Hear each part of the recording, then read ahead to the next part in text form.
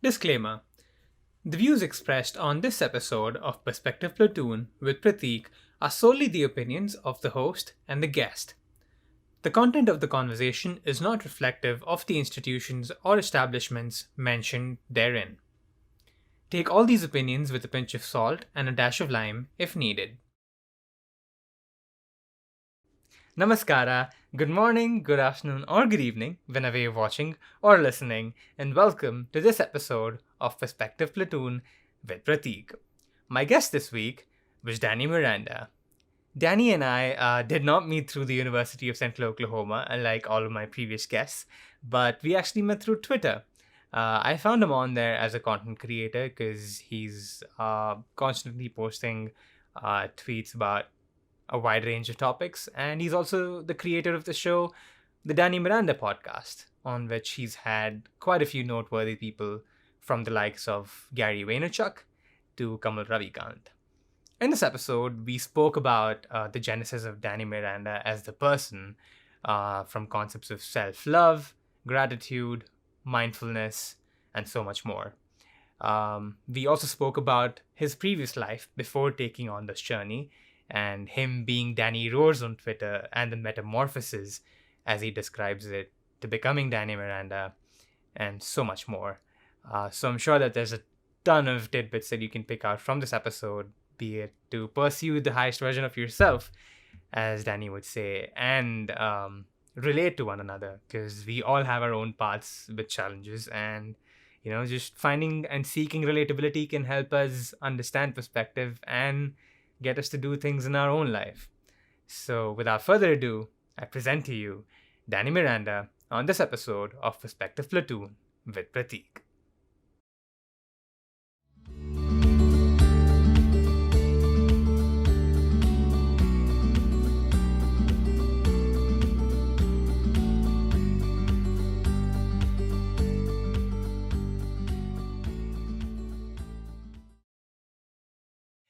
Hey Danny, how's it going?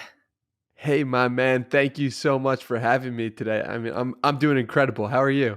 I'm doing good. And thank you for coming on. Before we got on, I was just saying, I do feel a little nervous, but then we're just having a conversation, and I hope to have a beautiful conversation again.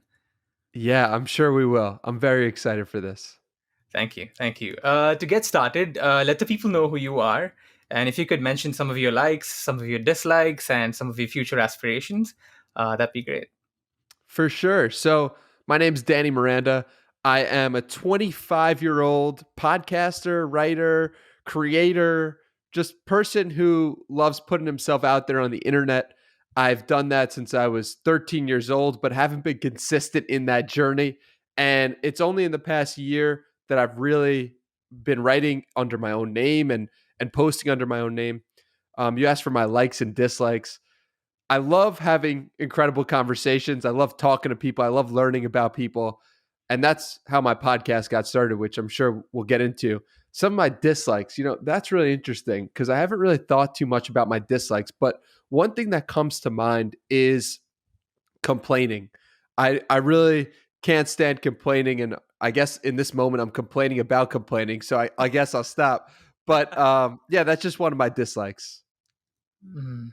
Why is it a dislike, if you don't mind me asking? Is it something that changed over time? Because I'm sure, we've all been in our bouts of complaining.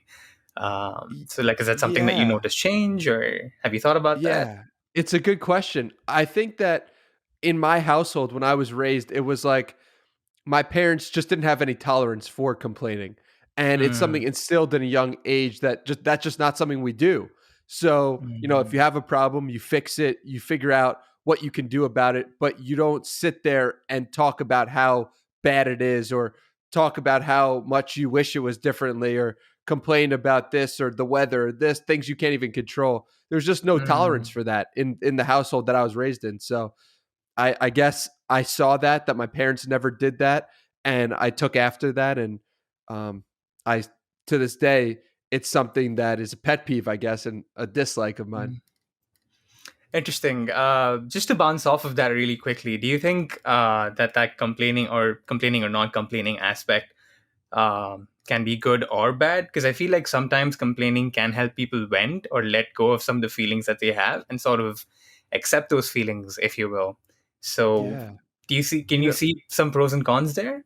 it's such a great point because I think that one of the most important things about getting something off your chest and feeling whole is getting it off your chest. And sometimes that involves complaining about like this is the situation I'm in. I wish I wasn't. So I totally understand that and I empathize with that. I guess the complaining that I'm talking about is the things that you can't control and Mm, that are just so outside your level of control. For example, the weather, right? Like right. no one's if I say, "Oh, it sucks that it's snowing," that's not going to help change the snow in any way. But if I think Hmm. about how beautiful the snow is, just a quick reframe, then that is a way in which I can enjoy the moment then. So I totally see what you mean about a situation you're in. But when it comes to something completely outside of your control, I think that complaining is better off left with a quick reframe. Right, right, right. Yeah, no, totally. I think looking at it from a positive perspective can go a long way in sort of accepting it and also sort of just sort of understanding the deeper meaning, if you will. Because I feel like there's a lot of things that you can learn even from the negatives that happen around you. And speaking of that, through a bit of the research that I did about you, you used to do drop shipping, if I'm not mistaken, before you started your podcasting journey. And you mentioned that how there were some learnings you picked out of that experience. So, talk to me about some of the negatives that you experienced during drop shipping that you feel created a launch pad for you to start your podcast. Yeah, absolutely. So some of the negatives that I found was that it was really hard for me to feel a connection to the people who I was selling the product to. And what I mean by that is like when I was doing drop shipping, the people who I was learning from and I myself was all about like how much money am I spending on advertising and how much can I make from how much revenue and profit can I make? And it wasn't as much of a focus on there's a person buying that thing on the other end and I didn't feel that connection to that person because it's all done through a screen. You don't see the person, you don't feel, and you only understand and really feel a connection when they email you or talk like that. But that was the hardest thing about it, and the biggest negative was that there was a lack of connection between me Mm. and the consumer. Gotcha. Just to mention really quick, if people don't know what dropshipping is, could you just give us a brief rundown of what it is? Yeah, I totally should have mentioned that. It's taking products from one place, let's say from China, and selling them to people in another location without ever holding the product yourself. So it would be like if I was selling a product from China and someone in the United States ordered it, I would be the intermediary between the person in China who was selling the product and they would ship it off to the person in the United States, and I personally would never touch the product. Gotcha. I see. You mentioned something interesting about the connection and the lack thereof in your experience of drop shipping. How important do you think it is for people to be able to connect with one another, be it through just conversation or through the business that you're working on, or through tweets for that matter?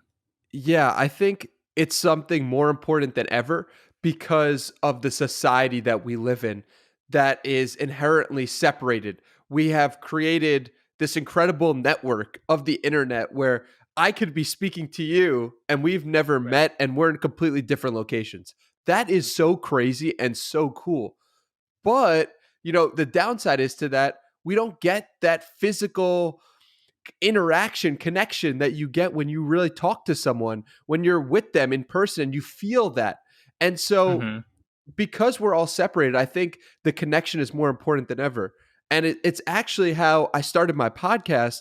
With one of the reasons why I started it was because people were I was putting out on Twitter, hey, does anyone want to talk on the phone? And I would form these connections with people through phone calls that were so great that I said to myself, man, I wish this conversation was recorded. I wish that could have been like heard by me in the future and more people could have benefited from that. So that's why I started. And it was just to create that connection and to make the world a bit of a closer place if possible.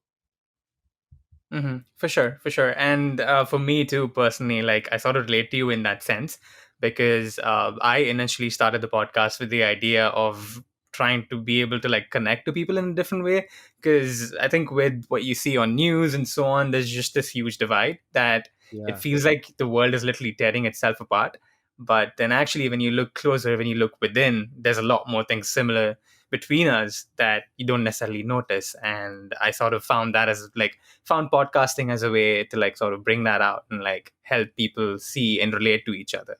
So that's beautiful that you mentioned that because I think that's something that we definitely need for the times that we're in. 100%. Because if you look at the divisive nature of society and how people are believing this or that, podcasting is an antidote to that. It's a way to solve that in some small ways, like long form conversations where you understand the nuance. And the perfect example of that is me saying, I don't like complaining. And you saying, well, are there situations when it could make sense? And me saying, yeah, you're actually right.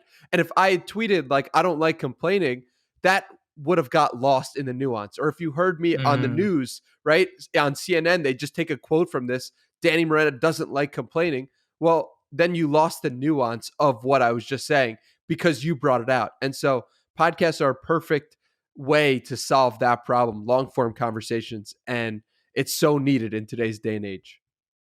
mm-hmm. It's interesting that you mentioned the word nuance, and I'll let you know why once we get closer towards the later stages of this podcast.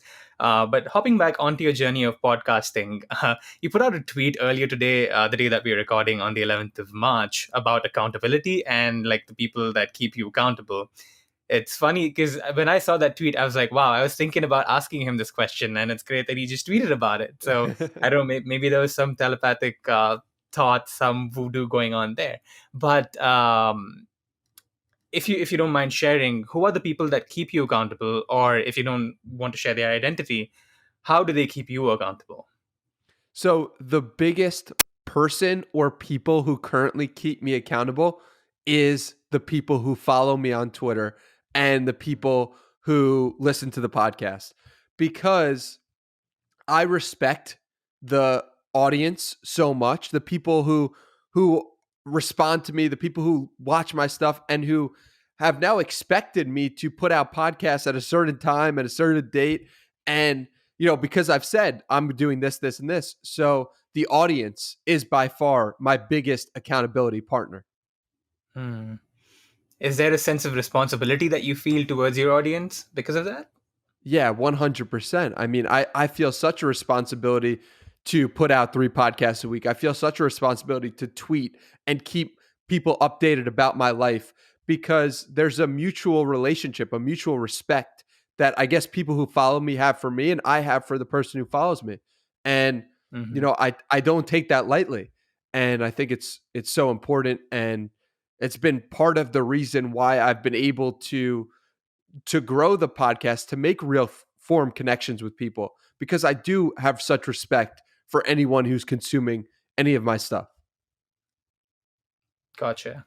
Gotcha. And you mentioned that you feel that responsibility because of the people you communicate with through Twitter. And I remember you mentioning this. I think it was on Meld with Josh Gonsalves that you had been on Twitter for about 10 years or so before that. Is that correct? Yeah. Yeah. And you also mentioned that you had your name, rather, when you were drop shipping, was Danny Roars. So I was just curious to know, like, what was the influence behind the name of Danny Roars? This is such a good question. And I remember sitting in my bed in May or June of 2018. And I Mm-hmm. was thinking to myself, like what type of name gives me confidence for the journey ahead? I didn't have the confidence that I do today. I didn't have any confidence in myself really, but what name would represent that confidence in myself? And every time I looked at it, what would give me confidence? And it took me years. Like it's now 2021 we're recording. It took me 3 years to build that confidence up and to be proud of who I am and be confident in myself for who I am. But yeah, that was my inspiration for it, because I didn't believe in myself to do that Mm. journey because I saw it as such a huge journey. But I didn't believe in myself, but I needed to use a name that would. So yeah, that's how the name came to be. I've never been asked that before, and it's an incredible question. Thank you. Yeah, of course, of course. Just to bounce off of that again, when do you feel like you noticed that you needed to make that switch from being Danny Roche to being Danny Miranda? Was that something that just came to you because you felt that you needed to be yourself a lot more?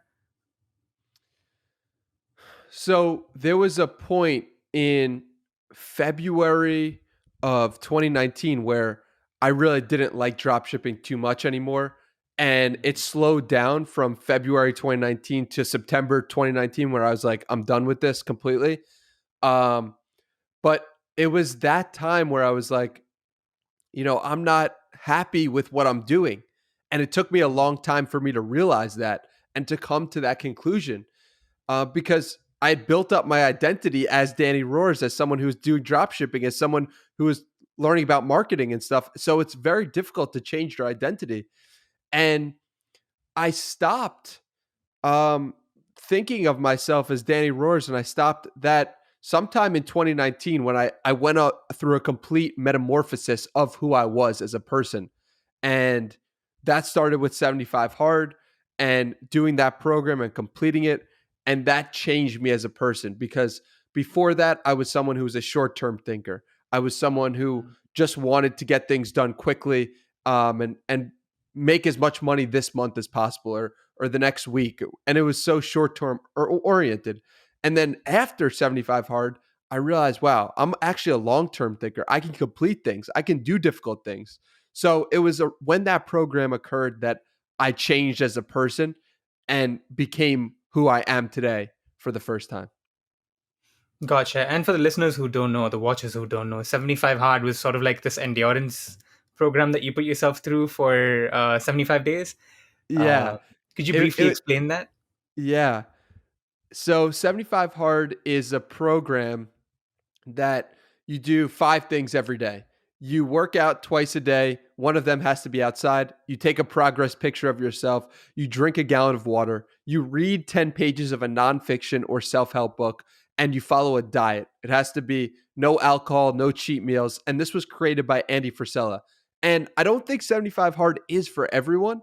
But for me, at this point in my life, it was absolutely perfect. I saw it. And then the next day, I started it on day one. And Hmm. that was the program, and it was transformational, really, in no small sense. If you were to sort of, I mean, I don't want you to sort of boil it down to 3 points necessarily, but if you had to, what would be your three biggest learnings from that experience of 75 Hard? Yeah. So the first thing is accountability. Accountability was so important, and it was the reason why it worked because I had my friend Tej, and we would text each other at the end of every day, like, this is what I did. I completed the task today and we're on to the next one. So first is accountability. Second is long-term thinking. Long-term Mm. thinking is what you realize when, you can't, you have to do what you say you're going to do that day, but you're not going to be who you want to be after 75 days completely. Like there's going to have to be a lot more work that goes into you as a person. Mhm. So that long-term thinking was like when I realized, oh wow, this is going to be a 75-day program, but I'm not going to get everything done I want in life in 75 days. It's going to have to be a long-term journey. And then the third thing I would say is that when you complete difficult things, it changes you as a person. I always was someone who leaned away from doing difficult things because I wanted to be comfortable. I wanted to be as easy as possible. But what I realized from doing the program was that difficult things give you confidence, and difficult things are actually what you're most proud of. I'll never forget the most proud workout I did was something like day 48 when, oh, I think I lost you. All right. I mean, people who are watching or listening might sort of notice a bit of a loss in connection, but Danny, you were speaking about difficult challenges and getting over Yeah. those. Yeah, so I was just saying that when you do difficult things, you realize that that is really what makes you happy and gives you confidence. And it was from doing 75 hard that I realized that I got confidence from doing difficult things, and I actually should lean into it if it's difficult. So, yeah, that's really what 75 hard taught me. Gotcha. Just to sort of maybe try and see or maybe empathize with the different perspective, what do you think stops people from taking those challenges upon themselves? Can it be a sense of self-doubt or just a multitude of other things? What do you think could that be from your perspective? Yeah. So 75 hard changes you as a person. I'm a different person today than I was on September 17th, 2019. And whenever we Mm, go through change, there is going to be some resistance, right? Because you've been living all the way up to this point like this. So why would you knowingly do something difficult to change yourself? And that's mm-hmm, why, going back to something we said earlier in the conversation, accountability is so important because you are naturally not going to want to change as a person. It helps to have someone who's ahead of you or at your level who can then say, like, keep going. You could do this. You could change. Because I remember, in September of 2019, I was starting the 75 hard program, and it was going to be 75 days, and I was mapping out the 75 days. And I saw that one one of the days on 75 hard was going to be a day right before Thanksgiving. And the night before Thanksgiving mm, is a night when a lot of people drink and go out and party. And I was really excited for that. And I was like, I'm not going to go out with my friends, or I'm not going to drink with my friends on this day. That's so odd to me. So there was that resistance initially. By the time I got to that point, I didn't want to go out because I'd changed as a person.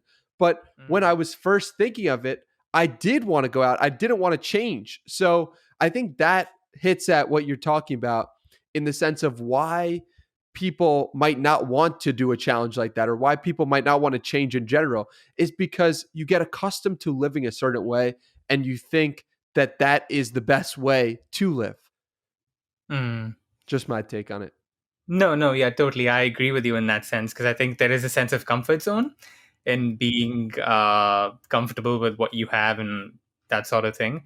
But if you're comfortable sharing, talk to me about maybe some experiences of change that you noticed that initially you didn't want to do, but now you've done, like in your whole progression of 25 years that you've lived. Yeah. So the big one that sticks out to me is meditation. I hated meditating. I was like, this is pointless. Why am I sitting by myself in a room with nothing here? How is this helping me? And I remember doing it at the same time as doing 75 hard. So I was just starting meditating and I was doing 75 hard, and all these positive habits work on each other, where the more you're doing something good for yourself, the more you do something else good for yourself. I was meditating every day in the morning, seeing no benefits from it, not understanding why I was doing it, just knowing that my friend had said it was good and that he enjoyed it and that it was helpful to him. And I remember after 3 months of doing this, I drove a car for the first time. And as I'm sitting in the car and driving, I stop at a red light and I notice my body start to get agitated and say the body was saying, isn't this light green? Why can't it just go faster? What's going on here? And I noticed that thought and my body change, and I started laughing at myself because I became aware in that moment of something that had happened time and time again. It was a huge moment of change, and once I noticed that change, I said to myself, wow, meditation really works. And, I'm going to be doing this habit forever, because once you can become aware of your thoughts, you can then change them. And meditating did that. And it was a huge moment of change for me personally. So, Yeah, I mean, I relate to you on that 100% too. I've probably been meditating consistently for close to 8 to 9 months now. And I just feel like this sense of knowing everything that's going on in my head. Because before you feel like these thoughts just come out and they spiral and then you talk based off of that. But now you sort of have that split second to just stand back and be like, oh, wait, why are my thoughts taking me in that direction? So that's definitely a beautiful gift of meditation for sure. But I wanted to ask you something since you brought that up. Have you had any dark thoughts during your meditations? Because this is something that I've heard people talk about where they've had some sort of negative thoughts come up. Um, some people even use not motivation, but meditation rather, as a way of release. They tend to cry through their meditations and so on. So, have you had any sort of experiences that way? I have not. I can't say. I mean, I'm sure I've had negative thoughts during meditation sessions, but I cannot Mm, say honestly that I've had enough darkness. So I'll say this, right? There have been a key moment for me and key moments for me when I was just starting to meditate for longer periods of time was when I noticed the ways in which I was mistreating other people in the past or other mm, people were mistreating me. So that kind of I didn't cry or anything like that. Or there was no release like that. But the awareness of those situations and that I was still holding on to them played a huge role in bringing me to light and bringing me to happiness because I was holding on to that baggage for so long and I never even realized it. But once I mm, did realize it, then I could say, oh, I forgive you or I forgive myself for that situation because that previous version of me didn't know any better, didn't know about holding on to that, didn't know about becoming aware of those thoughts. So that is the closest I've got to darkness in meditation. mm. And that has been really helpful for me to get to a brighter place and get that baggage off my head. You know what I mean? Mm. Yeah, I do. The reason why I asked that, like I said, is because I've heard anecdotes about it. And also for me personally, this one time, well, okay, let me preface this by saying I have a huge insecurity of losing my parents and losing my family. And this one day, I don't know why, like my headspace was just in that uh, like region of, oh no, because I heard that they were driving somewhere farther away to go to a temple, I believe. And that day was just filled with sort of negative thoughts in my head. So I tried to just sit down and meditate and see like if I could get out of that rut. But I could only get out after like tearing up a little myself too. So that's the reason why I asked. And speaking of that, do you feel like you had any sort of insecurities that sort of held you back in this direction of change that you've been on since 2018, you said? Yeah, totally. I mean, I had so many insecurities around myself and my confidence, right? Like I created this whole persona, Danny Roars, as a way to not be who I really was. Because Mm-hmm. I didn't really know myself is I think an important point. I didn't know who I really was, so I was just creating something. Other insecurities, let me think off the top of my head. I mean, I've had a bunch of insecurities, but the thing is when you do meditation, it releases so many of those. And I don't think I had not I don't think I said that I was insecure about working for someone. I never have worked for a company or gotten a job, but um, I thankfully don't have too many insecurities today. And I think the Mm-hmm. reason why is because my parents are incredible people and raised me so well, like I was saying before, in the sense of just giving me confidence, but not giving me too much. And then just because I guess maybe my DNA, like, and becoming aware of myself, like those things, man, it has just created a sense of flowing with the world, a sense of being who I am, being proud of who I am, and not really caring what people think about that. Mm-hmm. Yeah, for sure. And I think being in that zone of not necessarily caring about what people think about you is so beautiful. Because I'm Indian and I come from a culture where this thought is ingrained that log kya kahenge. It's sort of a phrase in Hindi which basically means what will the people say or what will the people Wow. think. And it really sort of brings people down because a lot of the times when you're thinking about doing a certain thing that may not necessarily strike a chord with people around you. A lot of the times you can hear that sort of thought process a lot, being like, "Oh, why? Like, what will they say or what will they think?" Hmm. And I mean, don't get me wrong. I think there's a lot of positives to take from the culture that I've been brought up in, and there's a lot that I hold on to. But that is one thing that I feel needs to change for the better, which is why I just thought I should mention that and sort of ask you about it. But you mentioned family and how that connects you, or that sort of gave you some of the principles that you live by today, which is why you probably have been able to take the journey that you have. Um, what are some key learnings, maybe let's say 5 key learnings from family that you think you will hold on to dearly for the rest of your life? There's so many, man. I'll try to come up with 5 on the spot. Let's see. One of them is just love, right? Like my parents love me unconditionally, love me, and are so willing to be there with just love in every moment. And that I'm grateful for. Another is just being able to talk things out.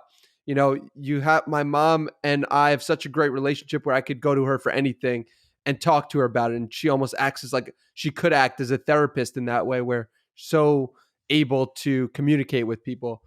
Another is hard work. I mean, my dad is probably the hardest working guy I know, and is just willing to work 6, 7 days a week, no problem, always on top of it. So hard work is such an important aspect.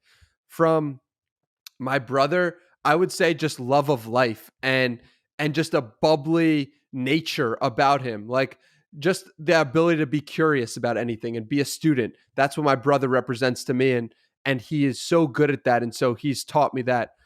From my grandparents, I mean, my grandparents have taught me the importance of just giving without any expectation, and willing to give, and willing to give their time, willing to give their effort to help achieve a certain end.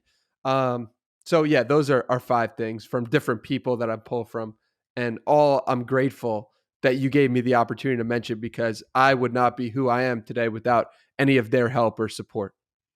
No, that's amazing. That's amazing. And speaking of being grateful, I was doing a bit of a search on what is that website called? Now I'm losing my train of thought. I think it's socialbearing.com, where you can put up a Twitter handle. And it shows you the different tweets of the person that you're trying to look up. And it showed up this word cloud, and in your word cloud, it said grateful and thanks. I can send that picture to you. Oh my God, that's so cool. Yeah, I there was can't wait to multiple. check that out. Yeah, yeah, and I'm gonna add that into the edit of this podcast too. So it said a lot of words on there, but the one that popped up right in front was grateful and thanks. So how important do you think that is for you as a person in terms of just being thankful for the universe or the people around you and so on? And how does that motivate you to keep going? When you First of all, that is so cool, and I am so grateful for you for bringing that to my attention. Thank you, man. Yeah. But when you're grateful for something, like it brings more of that thing to you. Like that, just it's you telling the universe, "Hey, I appreciate that. I appreciate that blessing." And if you really think about it, like the day, there's something to be grateful for, the specific day you're on, because it's like that wasn't promised to you, and to just give thanks for waking up that morning, is how it Mm, starts, right? And then it's like once you have that locked, you want the next thing is like, wow, someone is supporting you in some way. You got to be grateful for that. I mean, it's just looking at life through that lens, and it's a huge part of who I am today. It's a result of just mm, being grateful for the little things, grateful for the ability to work as hard as I can, the ability to have this conversation, right? You know, so mhm. grateful, gratitude, thanks. It means the world to me, and it's how I orient everything. So thank you for that, asking the question.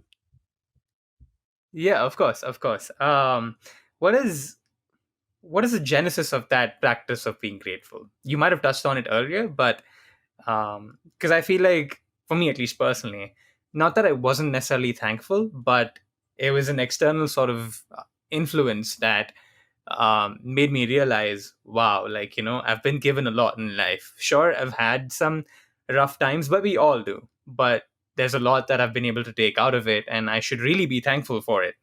Funnily enough, I've mentioned this in one of my previous episodes. But I was talking to my mom because she lives back home in India, while I'm here in Oklahoma, and she mentioned something about the goals that I was pursuing, and I was just talking to her about being grateful and how we're so stuck in wanting more that we forget to be thankful for the things that we already have. So, just bouncing off of that, what was the genesis of you being more grateful for everything that you have around you? I think it started with meditation, but Mm, it also really, the quarantine with my family really was an important part of that as well. Just understanding that everything that we have around us could be taken away in seconds, and mm, the life that we are currently living could be different. And when you think about it from that perspective, it makes you grateful that you can have your family around with you. It makes you grateful for, the sun, for the things that are going around in your life. I think a huge part of it is like comparison to a different circumstance. And if you think about your life and you say to yourself, am I living better than someone was living 500 years ago? And you could say, honestly, answer that yes, then you're just really grateful to be alive in this time, in this moment. And yeah, I think the genesis also, like I was saying, was meditation in the sense of when you sit with nothingness, when you sit with mm, when you close your eyes and go inward and forget thoughts for a moment, you then come back to the world and you realize that there could be nothing. And if you think about there being nothing versus thinking about how much beauty there is in the world, you're grateful for the beauty and you give thanks for the beauty because you just sat with nothing and you said to yourself, mm. wow, life could have been like that. So I think those two really give gratitude, and the gratitude is how it came to be for me. Wow, yeah, that's awesome. Yeah, no, I totally feel that because like you said, like being grateful for just the things around you, it feels enriching in a lot of ways. And it feels like I feel a lot more like when I wake up, like the first thought I usually have is I just thank God for giving me like another day to be able to wake up. And it just I feel like it's a great way to start the day. So it just the practice of gratefulness and gratitude is awesome. And for those of you out there, I mean, not that you're not thankful, but give it a shot, because it'll definitely help you feel a certain way. Um, but yeah, I want to transition into the latter stages of the podcast, starting with um this is something new that I'm trying and giving a shot. So I hope this goes well. But I pulled out a few tweets of yours, and I just wanted to know like some of the context behind those tweets because I I love feel it. like whenever we tweet, like we mentioned earlier, there is a lot of context behind the things that we tweet, but because we tweet and there's only a limit of 280 characters, you can't say much on there. So I'm going to pull up four tweets of yours just to sort of see if you remember what the context behind those were. The first one was the couple of these were yesterday, I believe. The first one being you tweeted saying that you were so grateful to be from the USA. Why was that? What made you feel grateful towards being from the United States? Dude, I'm so happy you asked me this. Oh my God. So I was having a conversation with such a great guy from India, actually, and I won't mention him by name because I don't know if he wants to be mentioned or in the podcast, but I understand. Yeah. he was from India and he was living in um, the UK for the past year, let's say. And for what he was trying to grow his TikTok page, but he wasn't, because India bans TikTok, he wasn't allowed to comment to some people who were on his page. So he was allowed to post, but he wasn't allowed to comment for whatever reason. I'm Right. not exactly sure. But, Mm-hmm. you know, I just thought to myself, like, damn, like this kid's a hustler. This kid's trying to get after it, and he can't because the government that he was raised in isn't Mm-hmm. allowing him to do that. And I don't know the politics of it. I don't know anything like that. I Yeah. just was saying to myself in that moment, wow, like I am grateful that nothing can hold me back except my own, how much I'm willing to work, how much I'm willing to give, how much I'm willing to do. And that is such a liberating thought, and why I was so grateful to be from the United States in that moment. So, Mm-hmm. yeah, thank you for Gotcha. asking That is that. beautiful. Yeah, of course. The next tweet is you mentioned something about connecting to your soul by going back to what you were doing as a child. What influenced that? So, I was just thinking about how much I love to write and how much I love to communicate and how much I love to put my thoughts out there. And I was thinking about how happy I really am when I'm doing those things. And then I Mm-hmm. started thinking about how, as a child, what was I doing? I was creating these newsletters. Like when I was 8 years old, I was writing, I was blogging for my local baseball team and like documenting that journey when I was 12 years old. And when I was 13, like creating a time management blog to tell people about like how to be happy, how to manage their time. And I'm still doing that to this day, right? Like that is Yeah. in me. But it's like sometimes society tries to take you in a different direction, and sometimes it works. And, sometimes that's a good thing. In my case, it was not a good thing because it got me on the wrong path. But, I realized I'm so happy in the past year. I've been so happy because I've been doing what the inner child of me would want me to be doing. So that's what Mm-hmm. sparked that thought and that tweet. That's awesome. That really rings true. It really does. The other one, or the third one rather, was a tweet I believe from close to 3 weeks back, and it was, if you were asked to give a speech for 20 minutes right now with no notes, what would it be on?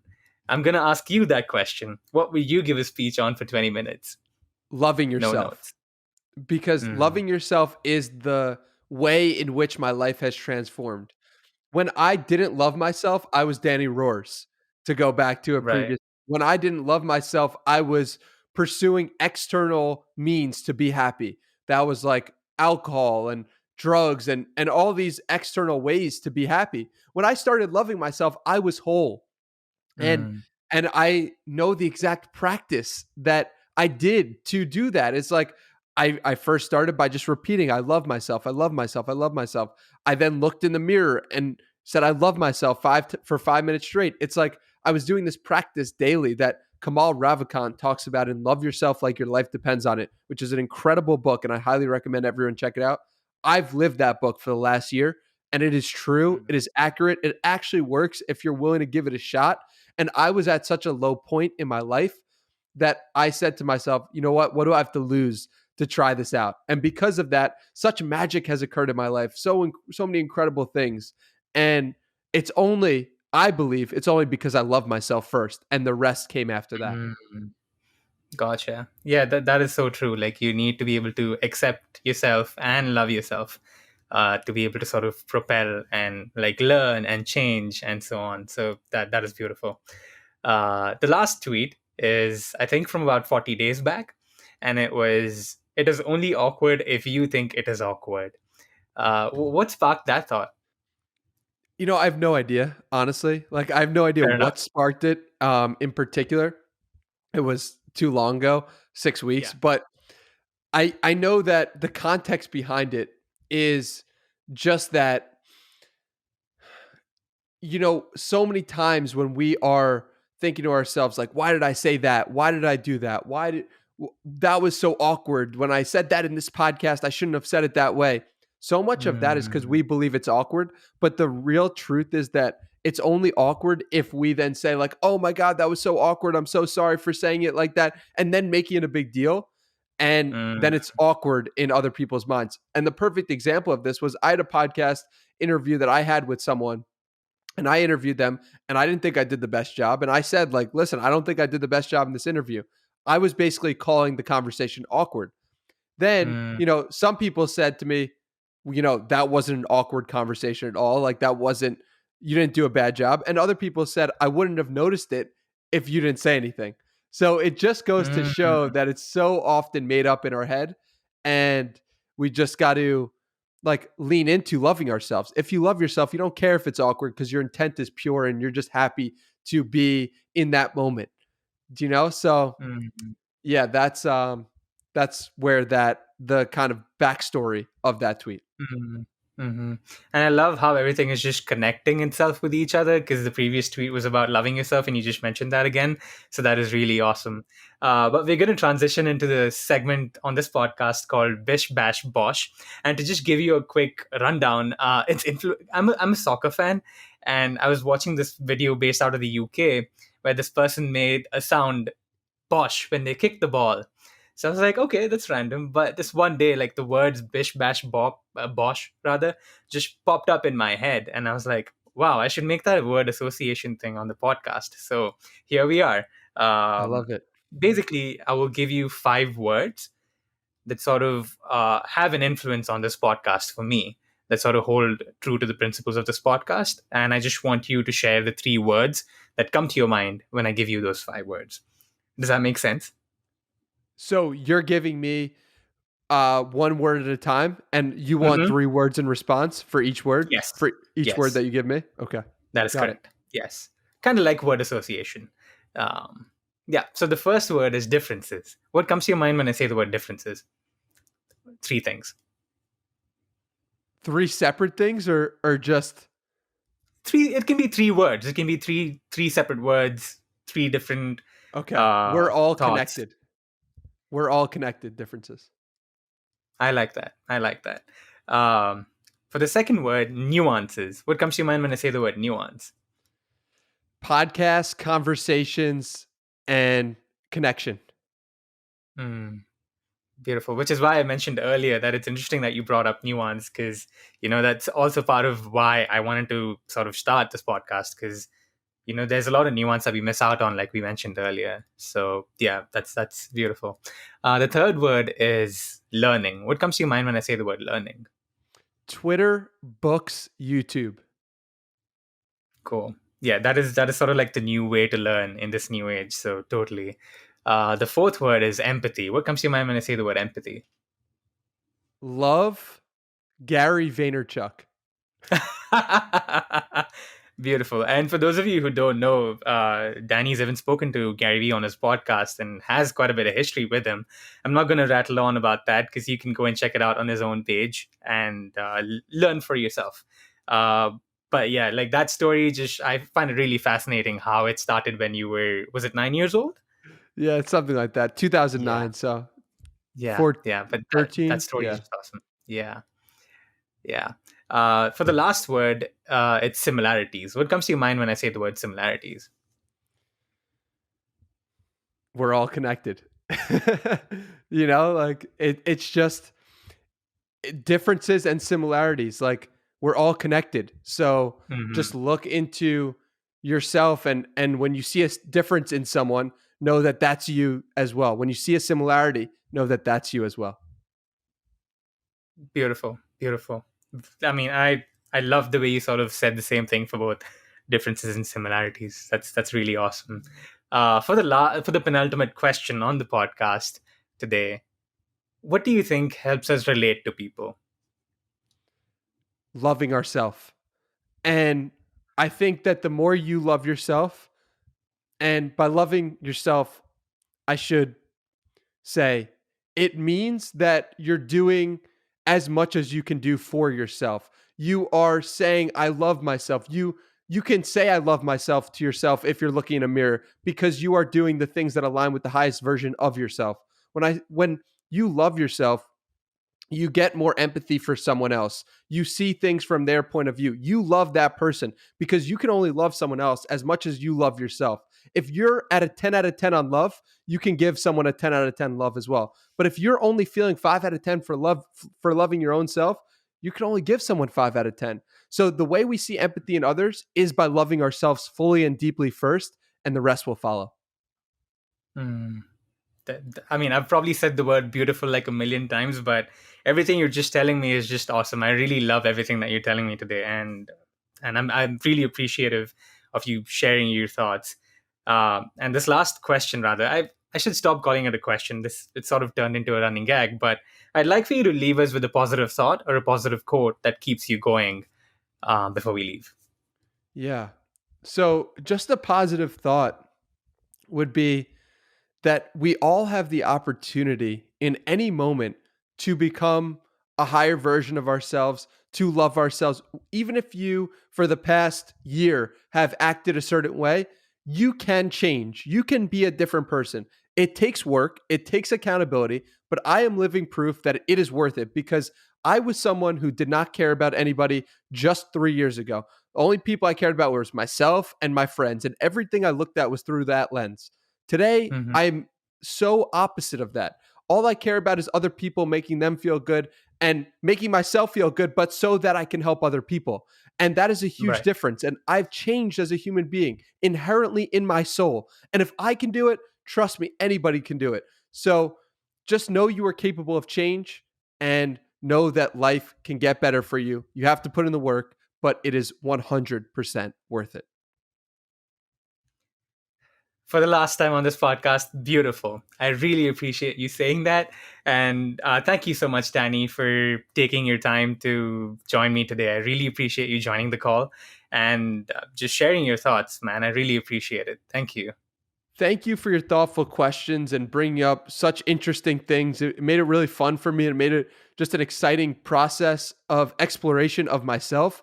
And I'm really grateful for you and truly thank you for what you've given me because I will be thinking about this conversation for the coming days and I'm grateful to have been part of it. Thank you, my man.